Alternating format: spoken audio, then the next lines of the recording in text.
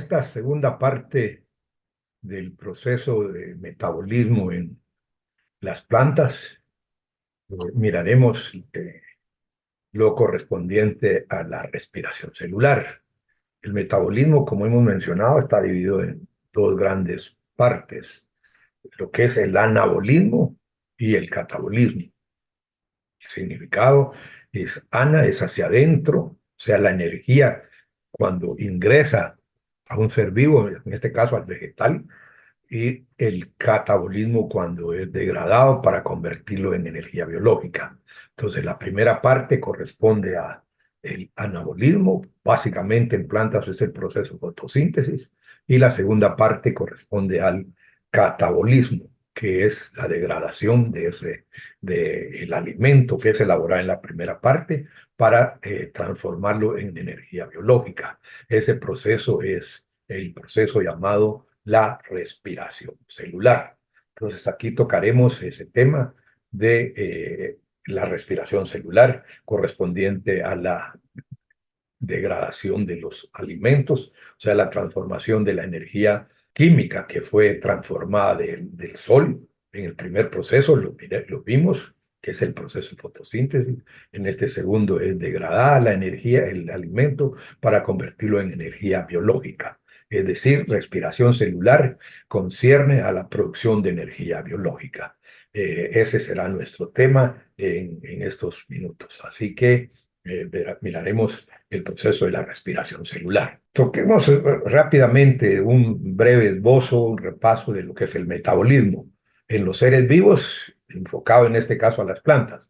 Metabolismo, como hemos mencionado y lo estamos recalcando, es la transformación de la energía en las células de los seres vivos. En este caso, la vida requiere de energía biológica. La energía, la fuente original es la energía lumínica, es el sol, pero debe ser transformada en energía biológica. Es esos procesos de transformación de energía que corresponde al metabolismo. Todo ser vivo lo realiza, los animales como las plantas. Hemos mencionado que en la actualidad los seres vivos son clasificados en dos grandes dominios, ya no reinos, los que hacen su propio alimento, que se les ha llamado autótrofos, y los que no lo realizan, que son los heterótrofos. Entonces, en síntesis, la vida requiere energía y la energía ingresa y es transformada en los seres vivos por reacciones biológicas que son catalizadas por enzimas. Y aquí es donde resalta la importancia ecológica tanto del proceso de ingreso de la energía y transformación en alimento, que es la fotosíntesis, y la degradación del alimento para transformarlo en energía biológica, que es la respiración celular. Corresponde no solo a puramente el proceso de transformación, sino la importancia ecológica que tienen por los dos grandes gases involucrados, tanto el CO2, que es el dióxido de carbono, y el O2, que es el oxígeno, los cuales son analizados por separado en otros de las presentaciones, videos que tenemos nosotros a disposición. Entonces, ahí es importante recalcar que todo ser vivo, pues en este caso, los seres heterótrofos como autótrofos, lo que necesitan es transformar la energía. En este caso, primero es el proceso de fotosíntesis, el ingreso de la energía lumínica y transformada dentro de las células de los seres vivos, en este caso de las plantas. Esa es la fotosíntesis. Luego, la degradación de esa energía para ser transformada en energía biológica, que es el proceso de respiración. Correctamente le llamamos respiración celular. Entonces, los seres vivos, el caso de las plantas, que tienen la capacidad y están habilitados para poder realizar ambos procesos, ingreso de la energía por la fotosíntesis y la transformación o degradación de la energía por la respiración, esos se denominan autótrofos. Pero los seres vivos, en el caso de nuestras células o los animales, no tienen la capacidad de transformar esa energía lumínica en alimento y por lo tanto solo deben ser provistos de alimento, por eso se llaman organismos heterótrofos. Autótrofo de por sí quiere decir auto por sí mismo, fabrica su alimento, los heterótrofos no lo fabrican, son las plantas las encargadas. Entonces en esta unidad miraremos básicamente la segunda parte, pero repasemos rápidamente la respiración celular. La respiración celular ya dijimos que era la transformación de la energía que contienen los alimentos, en este caso la provisión de alimento, básicamente la glucosa que tenemos hacia la izquierda, y es transformada literalmente por una combustión, una degradación al entrar el oxígeno, el O2 del aire. Eso hace que combustione, se degrade la glucosa para transformarse. Dióxido de carbono que vuelve a la atmósfera, vuelve al aire, y el agua, que es producto de este proceso con la consabida transformación de la energía que le tenemos al medio, es decir, entra ADP y entra el P, el fósforo inorgánico, en esa suma, para transformarse en ATP, el bien conocido adenosín trifosfato, que es el portador de energía. Entonces, metabolismo, repasando nuevamente, metabolismo no es más que la transformación de energía en la célula. Todo ser vivo está provisto de esas células para transformar energía, ya sea de la lumínica, como lo hacen las plantas, o cuando ya no tienen la capacidad y lo hacen del alimento, como los heterótrofos. Entonces, la suma también podemos decir que el metabolismo es complejo, son procesos complejos y podemos decir que es la suma de todos los procesos químicos ocurridos en un organismo al mismo tiempo.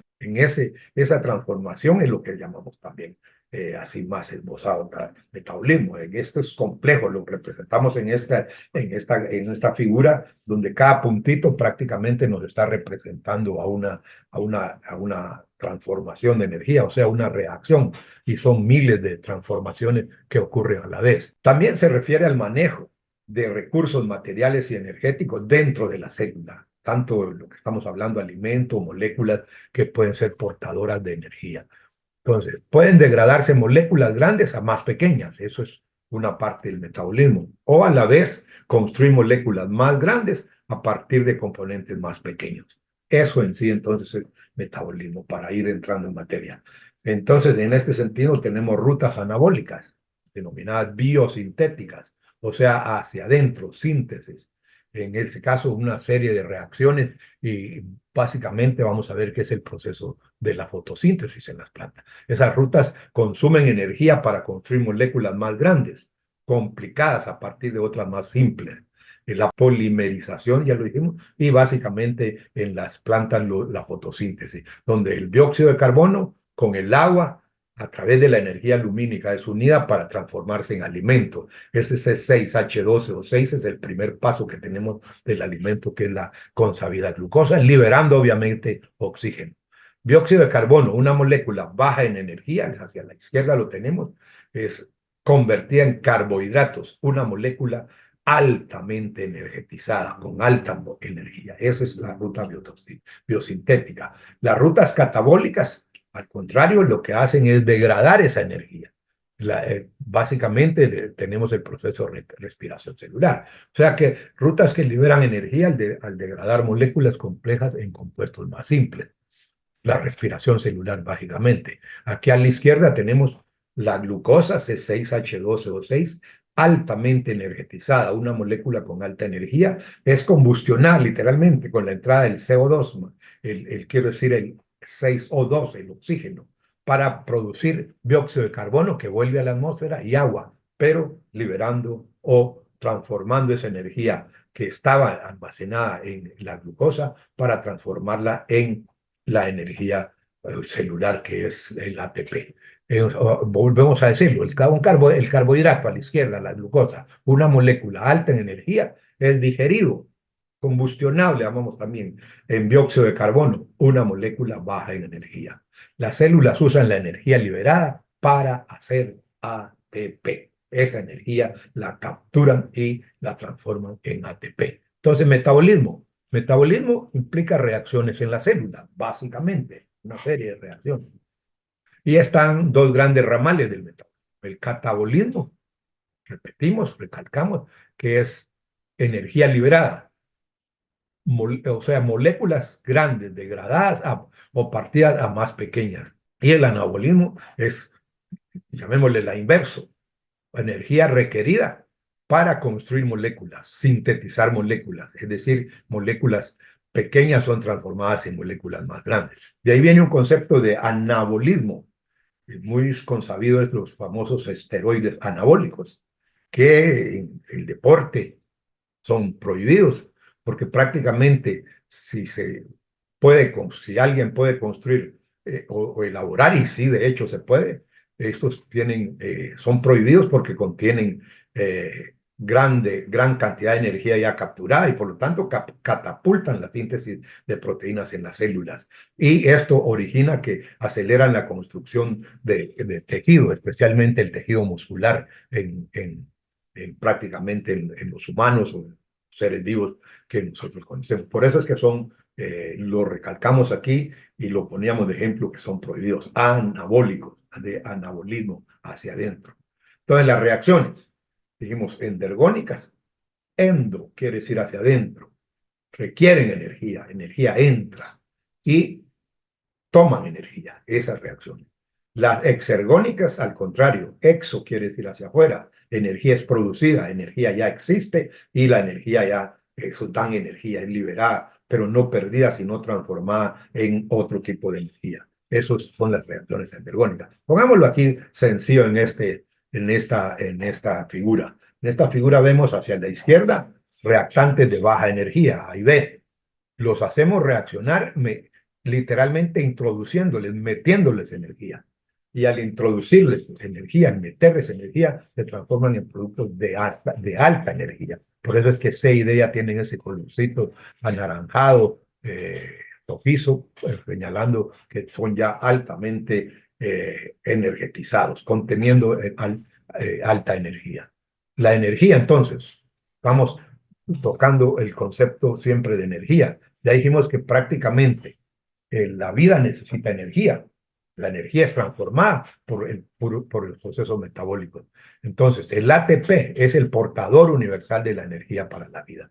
El denominado ATP es para la vida. Las células necesitan de esa molécula para poder ejercer sus funciones, su trabajo. Entonces, ese es el ATP, es decir, la energía proviene del sol y es transformada en energía química y después en energía biológica. Ahora, ¿de dónde viene el ATP? Para entrar en materia, ¿de dónde realmente proviene el ATP? ¿O por qué hemos denominado eso ATP? La ATP, afortunadamente, hemos entendido que una célula ya tiene de por sí, ya contiene el predecesor de ese es el llamado ADP, o sea, con dos fósforos, el que tenemos acá, ADP, ese es adenosín difosfato. Entonces, al adicionarle, o para transformarlo en ATP hay que adicionarle un P, que es ese P que está al final de este esquema que ponemos. Entonces se transforma en ATP, adenosín trifosfato, al introducir la energía. Ese es el adenosín trifosfato, el ATP. Ahora, la síntesis de ATP, es decir, una transformación de energía, pero hay que sintetizarlo, es una reacción endergónica. ¿Por qué endergónica? Porque el ADP, el predecesor, requiere de energía para insertarle literalmente otro P. Ese fósforo es la importancia que vamos a ver en otra unidad del fósforo. Este fósforo es el inorgánico que las plantas necesitan y todo ser vivo necesita ese P. Entonces, ADP, energía y el fósforo inorgánico se transforma en el consabido a la derecha ATP, adenosín trifosfato. La degradación de ATP, es decir, una célula para usar esa energía que está contenida en el ATP, necesita sacar. Y sacar esa energía es una reacción endergónica. ¿Por qué? Porque el ATP, una molécula altamente energetizada, debe sacar el fósforo energético, fosforilarse se denomina eso, debe sacar ese fósforo y transformarse nuevamente en ADP. Y ese ADP es nuevamente el que va a reaccionar, va a ir a traer nuevamente energía a la fábrica de energía que prácticamente son los mitocondrias. Eso lo tocamos en un puntito adelante. Entonces, la reacción, la degradación de ADP el ATP es una reacción exergónica, hay que sacar esa energía para que la célula pueda funcionar. Eso que tenemos ahí en amarillo, el fósforo energetizado es el que hace que una célula reaccione sus funciones, que una célula se divida, que una célula una planta abra sus estomas, todo lo que conlleva el uso de energía. Esa es la energía biológica que hace funcionar a los seres vivos. En el caso del ser humano, en el caso de los animales, para movilizar un músculo, para movilizar un tendón se necesita de ese ATP, de ese PI inorgánico, y ese proviene del ATP. Entonces, ATP, resumamos esto del ATP. El ATP es una molécula compuesta. Aquí tenemos ese esquema. Los rojos tenemos lo que es prácticamente lo que es el ATP y el amarillo también, pero ¿qué significan? Esos dos primeros que tenemos es un azúcar hacia arriba, es hacia el centro, es la ribosa, y hacia arriba tiene unida una base nitrogenada, que es la adenina. De ahí viene el nombre de adenina, de adenosina. Y el azúcar es la ribosa, un azúcar de 5 carbonos, y a la cual se han unido esos que tenemos a la derecha, 3 fosfatos que están cargados negativamente. El fosfato, que es el ingrediente fundamental. Entonces, continuando, entonces el ATP es una molécula formada por una base nitrogenada, adenina, un azúcar hacia el centro, ribosa, y 3 fosfatos, que son los que tenemos ahí cargados negativamente. Entonces, es donde resulta la nomenclatura. El nucleótido, pues, estamos diciendo que es prácticamente la formación de la base nitrogenada con el azúcar, la ribosa, a la cual a un nucleótido a ese se le unen los 3 fosfatos. Si hay un solo monofosfato, solo uno es el monofosfato.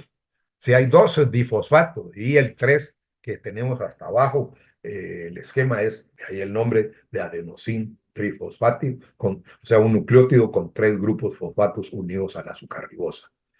El ATP es una molécula energética usada para bombear energía entre reacciones catabólicas y reacciones anabólicas. La energía es liberada del ATP a través de la pérdida de los grupos fosfatos. Como veíamos ese grupo último que hay, el fósforo, ¿sí? El grupo fosfato es liberado y entonces libera la energía. Esa energía es la que realiza el trabajo. Esa energía es la que puede realizar cualquier función de la célula. Entonces tenemos la hidrólisis de ATP, o sea, el ATP como tal, al hidrolizarse, una molécula de agua produce adenosin difosfato, ADP, pero la gran paso biológico es que ese fósforo inorgánico está provisto de energía que tenemos hacia la derecha para hacer la energía, es decir, para movilizar un músculo, para movilizar un tendón, para que una planta comience a bombear agua desde el exterior o nutrientes desde el exterior del suelo. Todo requiere enzimas que requieren energía. Esa energía es la energía contenida en el ATP. Esa energía es liberada del ATP. Estamos diciendo que en el momento en que se hidroliza, libera esa energía. Eso amarillo que tenemos hasta la derecha es la energía. Y se libera la energía mediante la pérdida de grupos fosfatos. Esa energía liberada puede ser usada para realizar el trabajo. Por eso ponemos este ejemplo muy expresivo acá. La energía almacenada en el ATP, que es lo que está aquí a la izquierda en esta onda, es liberada cuando se estira ahí y sale la piedra, ahí está liberada, y esa piedra ya está haciendo un trabajo. Esa ya es la energía que estaba contenida dentro de la molécula de ATP. Entonces, a eso se le llama fosforilación, pero porque la energía no se va a perder, salvo que ejerce un trabajo un músculo, pero normalmente dentro de la célula, en el interior de la célula, la energía que contenían en ese tercer fosfato es llevada de alguna manera para realizar una función. Y normalmente eso pasa con las enzimas. Aquí en el centro tenemos una enzima inactiva. Necesita ser activada. En otras palabras, químicamente se le llama necesita ser fosforilada, o sea, energetizada. ¿Y cómo es energetizada? Cuando literalmente se le embebe, se le ensarta, llamémosle ahí, ese P que está ahí en esa a la derecha, ese fósforo, y le transfiere la energía. Entonces ya esa enzima fosforilada, energetizada, puede realizar un trabajo. Por ejemplo, una de las famosas enzimas que hay por ahí, la hemos mencionado en otros cursos, en otras unidades, la ribulosa bifosfato carboxilasa, la rubisco, que es la encargada de atrapar el dióxido de carbono del aire y meterla dentro del ciclo de Calvin en la planta para que se realice el proceso de fotosíntesis. Esa requiere energía y esa energía es provista por el mismo ATP. Y entonces al proveerse de esa energía, al fosforilarse, toma un fósforo, el fósforo es liberado, un fosfato, y se transforma hacia la derecha en ADP, difosfato. Cuando el ATP pasa a un grupo fosfato a otra molécula, entonces se llama fosforilación. Las moléculas fosforiladas, como decíamos, energetizadas, tienen más energía y pueden hacer el trabajo de la célula. ¿Cómo hacemos nosotros ATP? Esa es la parte esencial de esta unidad que vamos a ver. ¿Cómo se hace el ATP entonces? Por medio del proceso llamado respiración celular. ¿Qué es la respiración celular entonces? Vamos a resumirla de la siguiente manera. La respiración celular, estamos diciendo, es prácticamente sacar la energía que había en la célula, que había en el alimento, perdón, en la glucosa, y transformarlo en prácticamente energía biológica, en el ATP, como está. En otras palabras, realmente unir el ADP con el fosfato que de por sí debe estar en la célula, para que esa energía proveniente de la respiración celular se almacene y se transforme en ATP, que es una unidad altamente energetizada. Y de esa manera funciona en nosotros mismos, funciona en las plantas. La respiración celular no es más que la formación de ATP a través de la degradación de alimentos, en resumen. Y eso se le llama respiración celular aeróbica. Recalcamos eso porque usa oxígeno. En ausencia de oxígeno, seres vivos, no todos, pero algunos seres vivos tienen la capacidad de hacer también un proceso de transformación y se le llama respiración anaeróbica. En ese caso también llamada fermentación, que al final vamos a mencionar. Entonces, la respiración celular consta de tres pasos, tres estados.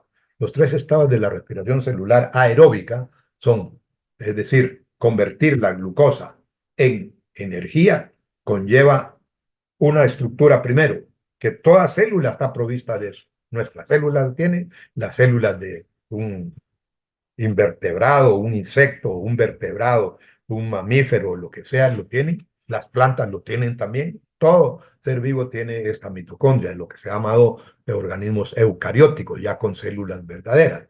Entonces, contienen esta parte que se le llama mitocondria, que es donde se lleva a cabo toda esta historia de la respiración celular. Entonces, ahí la célula está provista para poder realizar el proceso que tiene tres estados.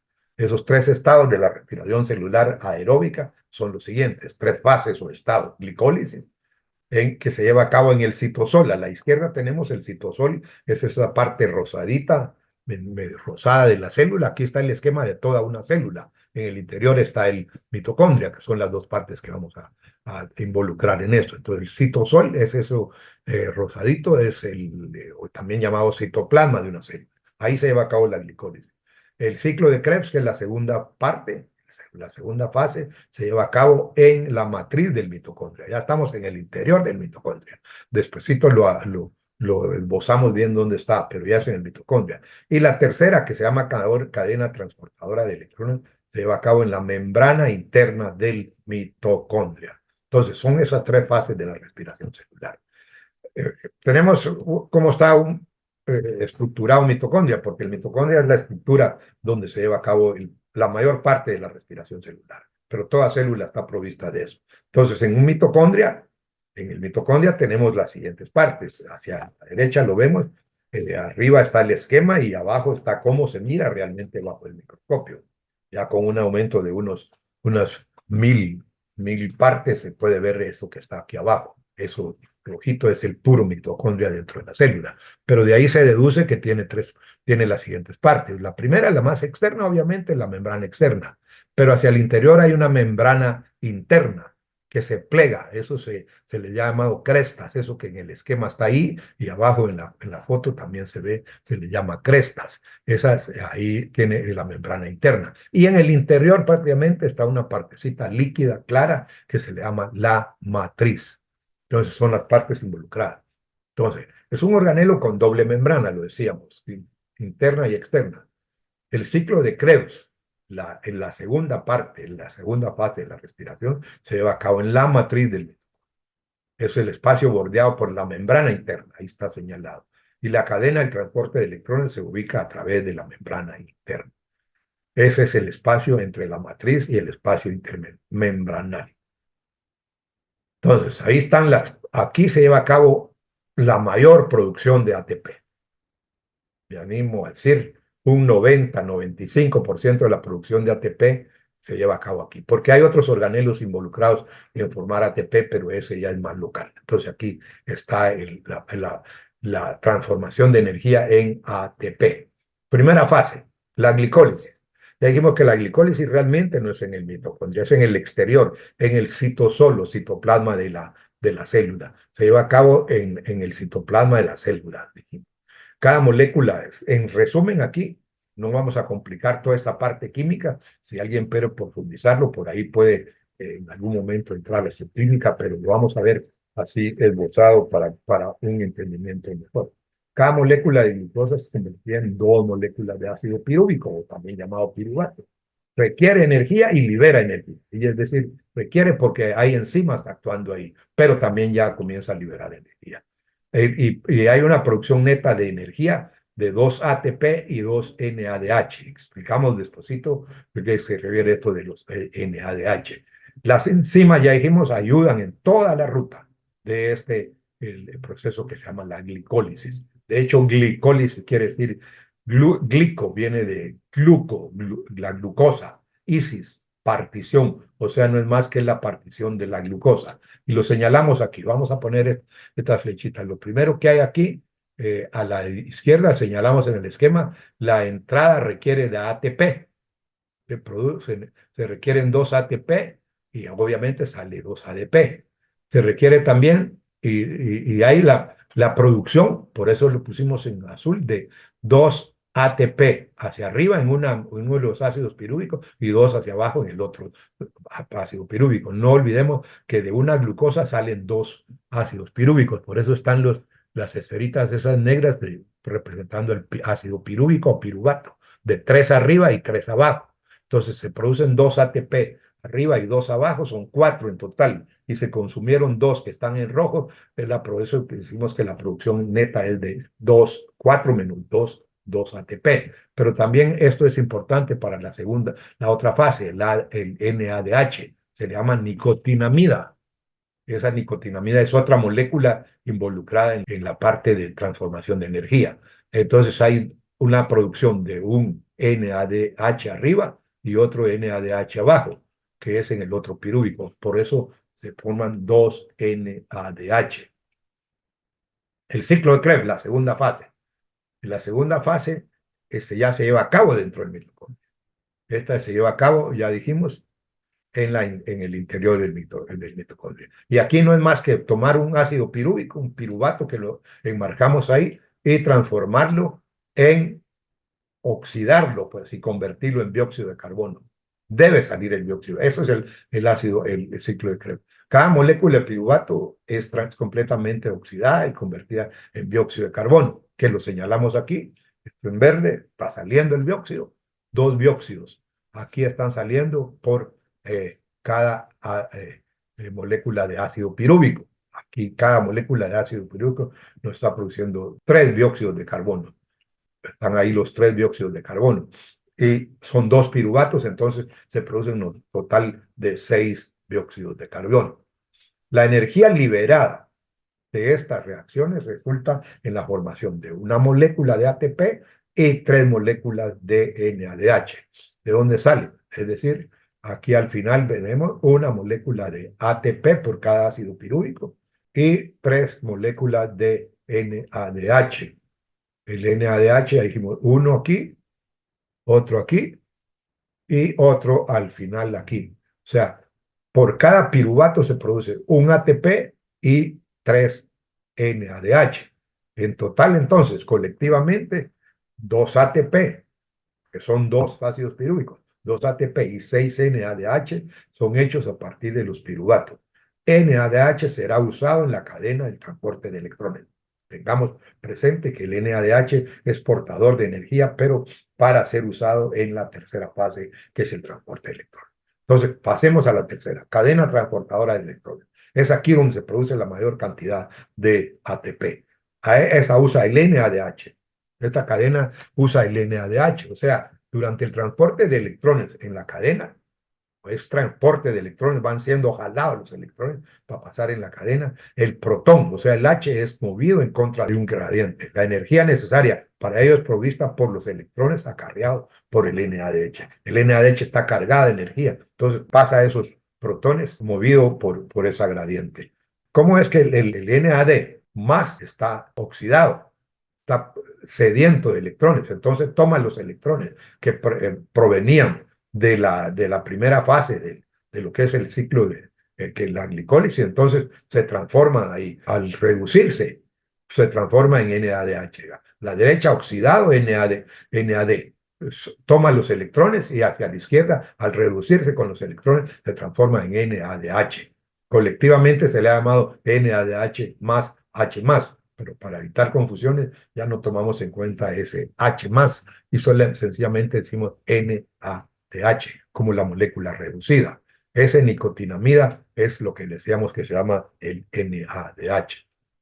¿Qué sucede a lo largo de la cadena del transporte de electrones de la mitocondria? Aquí está un esquema muy esquematizado de cómo es hacia parte de la rosadita aquí es la membrana interna y lo que va hacia el otro lado de la membrana externa. Outer quiere decir hacia afuera la membrana y hacia el interior la membrana interna. Pues en la membrana interna están los pliegues que les decía, de las crestas, ahí se lleva a cabo el transporte de electrones.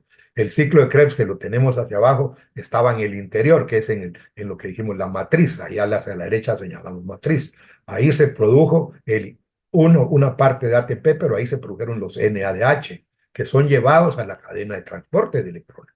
Ahí en la cadena de transporte de electrones van a pasar esos siendo conducidos y empujan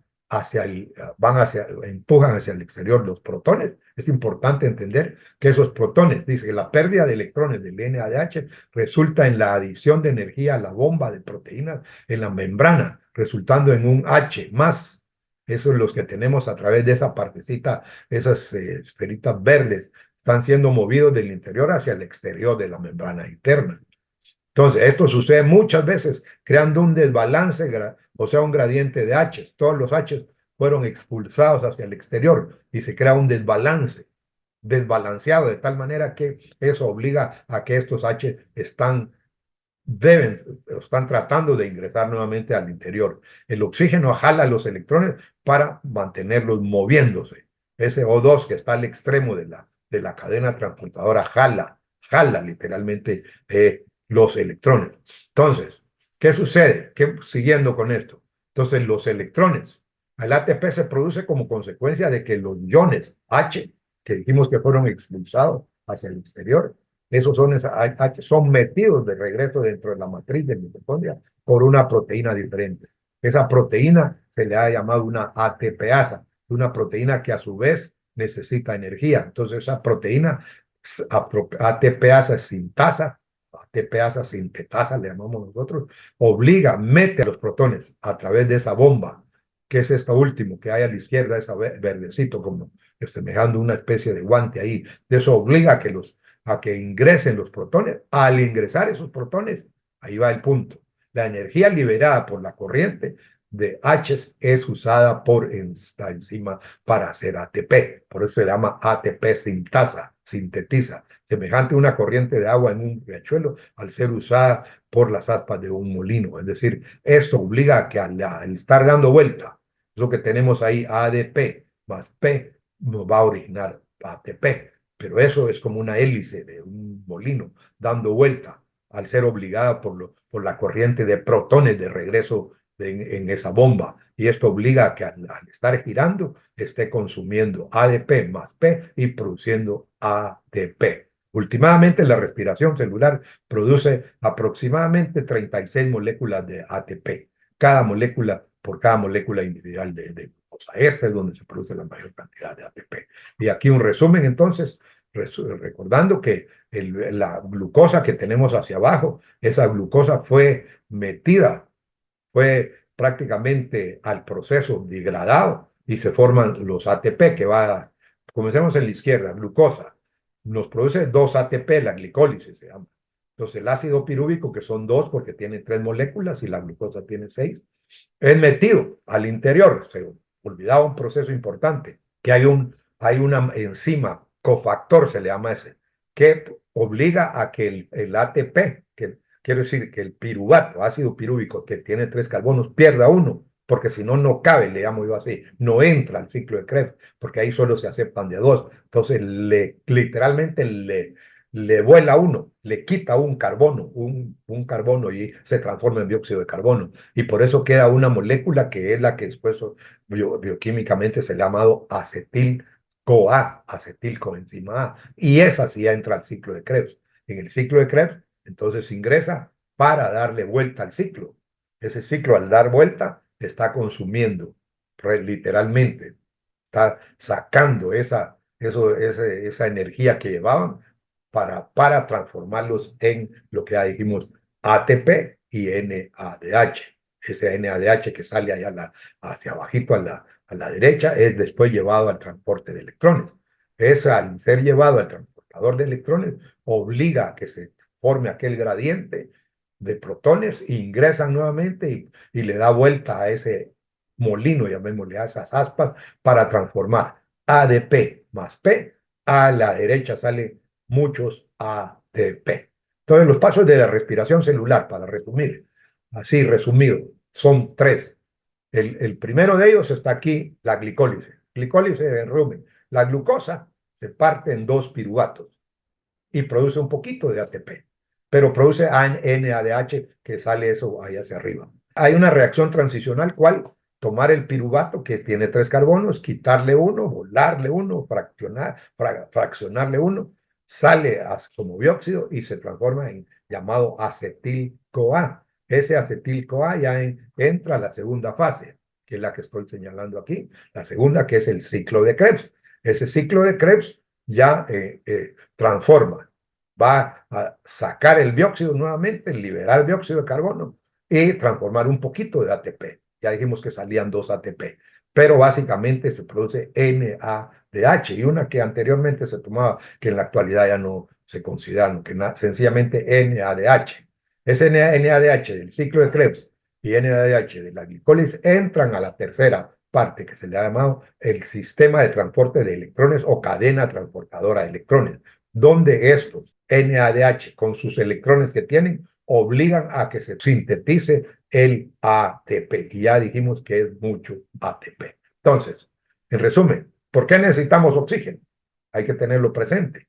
Dice aquí, el oxígeno es requerido por todo organismo que posee mitocondrias, porque este es usado para mantener corriendo la cadena transportadora de electrones.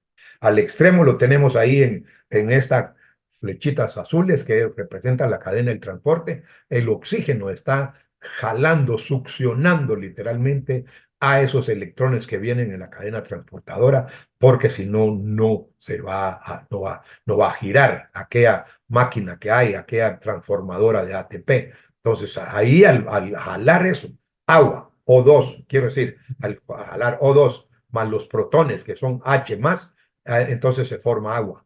Ahí tenemos 2 moléculas de agua. Esas 2 moléculas de agua es el producto también. Eso no es importante aquí metabólicamente. Lo importante es la transformación de esas energías que aportaban los electrones en ATP. Ahí es donde el oxígeno jala los electrones de la cadena y se combina con dos H's para formar la molécula de agua. Entonces, ¿qué sucede si no tenemos oxígeno? Rapidito, concluyamos esto porque no lo dejamos en el aire. Si no hay oxígeno, no se puede girarla, no puede estar jalándose la cadena transportadora. Se para, diríamos eso, pero no. Sin plantas y bacterias para hacer oxígeno, nosotros aún seríamos capaces de hacer ATP de los azúcares. Nuestras células tienen en algún momento esa capacidad y hay células vegetales que también lo tienen, aunque es muy poco. Y es donde se llaman modificaciones de la glicólisis, que una de ellas son llamadas reacciones de fermentación y son usadas para liberar energía. Tanto célula animal como célula vegetal puede tener. Y en este caso lo presentamos aquí como dos lineamientos. Uno de ellos, en la célula vegetal, que es la primera que tenemos, ahí lo que el ácido, la glucosa es degradada. Dijimos que tenían que salir 2 ácidos pirúvicos. Y lo primero que salen, ahí está, en el intermedio, se produce un poquito de ATP2, ATP y NADH. Pero ahí para, porque si ya no hay oxígeno para jalar allá en el final lo que era la cadena transportadora de electrones, se para y solo se queda el ácido pirúvico o piruvato. Entonces el mismo NADH es nuevamente usado para que ya se había producido para eh, dar el siguiente paso y entonces el NADH confiere esa energía que tenía ahí para liberar dióxido. Entonces salen dos moléculas de dióxido de carbono. Esas dos moléculas del dióxido de carbono, porque recuérdense que son dos piruvatos, uno por cada una, entonces se transforma en etanol, que ya solo tiene dos moléculas. Las esferitas negras son ahí los carbonos, hay dos carbonos nada más, y entonces eso se transformó en etanol en la célula vegetal, que es el consabido y muy conocido alcohol etílico. Así se produce el alcohol etílico, por eso se le llama reacciones de la fermentación. Eso pasa en células vegetales, se produce fermentación. Ahora, en célula animal, si no hay, es lo que pasa aquí abajo, el piruvato se produce, los dos ácidos pirúvicos, entonces produce un poquito de ATP, pero el NADH que se produjo ahí ya no es usado para producir, para quitarle un carbono, sino sencillamente para hacerlo reaccionar. Y el ácido pirúvico, entonces en la célula animal, se transforma en uno de tres carbonos también, que es el ácido láctico. Entonces, quedamos. Estas reacciones producen solamente dos ATP por molécula y deben regenerar NAD para resultar en la formación de ya sea, ya dijimos, dos etanoles y dos CO2 o, en el caso de la célula animal, dos ácidos lácticos. Ese ácido láctico es el que se acumula, por ejemplo, consabido y muy conocido tenemos cuando en nuestras células, principalmente musculares, no se puede continuar porque no hay oxígeno suficiente, si no ha hecho ejercicio suficiente, no entra el oxígeno a las células de los músculos y entonces se acumula que se acumula el pirúvico, ácido pirúvico, y ese pirúvico nada más se puede ser literalmente fermentado y transformado en ácido láctico, y ese ácido láctico es el que origina los consabidos calambres, el dolor, y hasta que se libera ese ácido láctico se pueden quitar esos calambres. Entonces, ¿qué pasa con otros alimentos para concluir? Ya estamos hablando de carbohidratos que va en el centro. Lo que tenemos aquí en este esquema, en la parte central, son carbohidratos, la glucosa. La glucosa ya dijimos que sufre glicólisis, ácido pirúvico, el fragmento de dos carbonos que es el acetil-CoA y se produce ATP. Resumen, eso en la mitocondria. Pero ¿qué pasan los lípidos? Los consabidos grasas y todo lo que son aceites. Pues un lípido está constituido por glicerol, un alcohol, y tres moléculas de ácidos grasos que pueden ser saturados, insaturados, después lo tratamos en otra unidad. Pero el glicerol, como es un alcohol, puede sufrir igual que la glicólisis y entra directo después al mitocondria. Los ácidos grasos deben ser primeramente desglosados. En otra unidad donde miramos metabolismo primario, vemos cómo que se forman los ácidos grasos, pero los ácidos grasos fundamentalmente están constituidos por acetil-CoA, dos carbonos, por eso hay de A12, de A14 y todo lo demás, pero esos de A2 carbonos se desglosan, se degradan en el acetil-CoA. El acetil-CoA ya entra directo al mitocondria y para producir ATP. Ahora las proteínas como sus unidades son los aminoácidos, entonces pues, primero hay que sacarle el grupo amino, que es el extraño, que es formado por nitrógeno, y ahí está saliendo hacia abajo. Una vez salga el grupo amino, entonces ya queda prácticamente ácidos, porque es aminoácido. Y un ácido puede entrar y directamente va como ácido pirúvico y entra como otra vez a transformar en el acetil-CoA. O las proteínas también tienen otra parte que son los aminoácidos. Y los aminoácidos se formaron en su proceso metabólico por el acetil-CoA. Entonces vuelve al acetil-CoA y es donde es esa que dice ahí el 2-carbon, la molécula de dos carbonos, que es el acetil-CoA. Acetil-CoA nuevamente entra y a sacar ATP. Así se degradan los alimentos.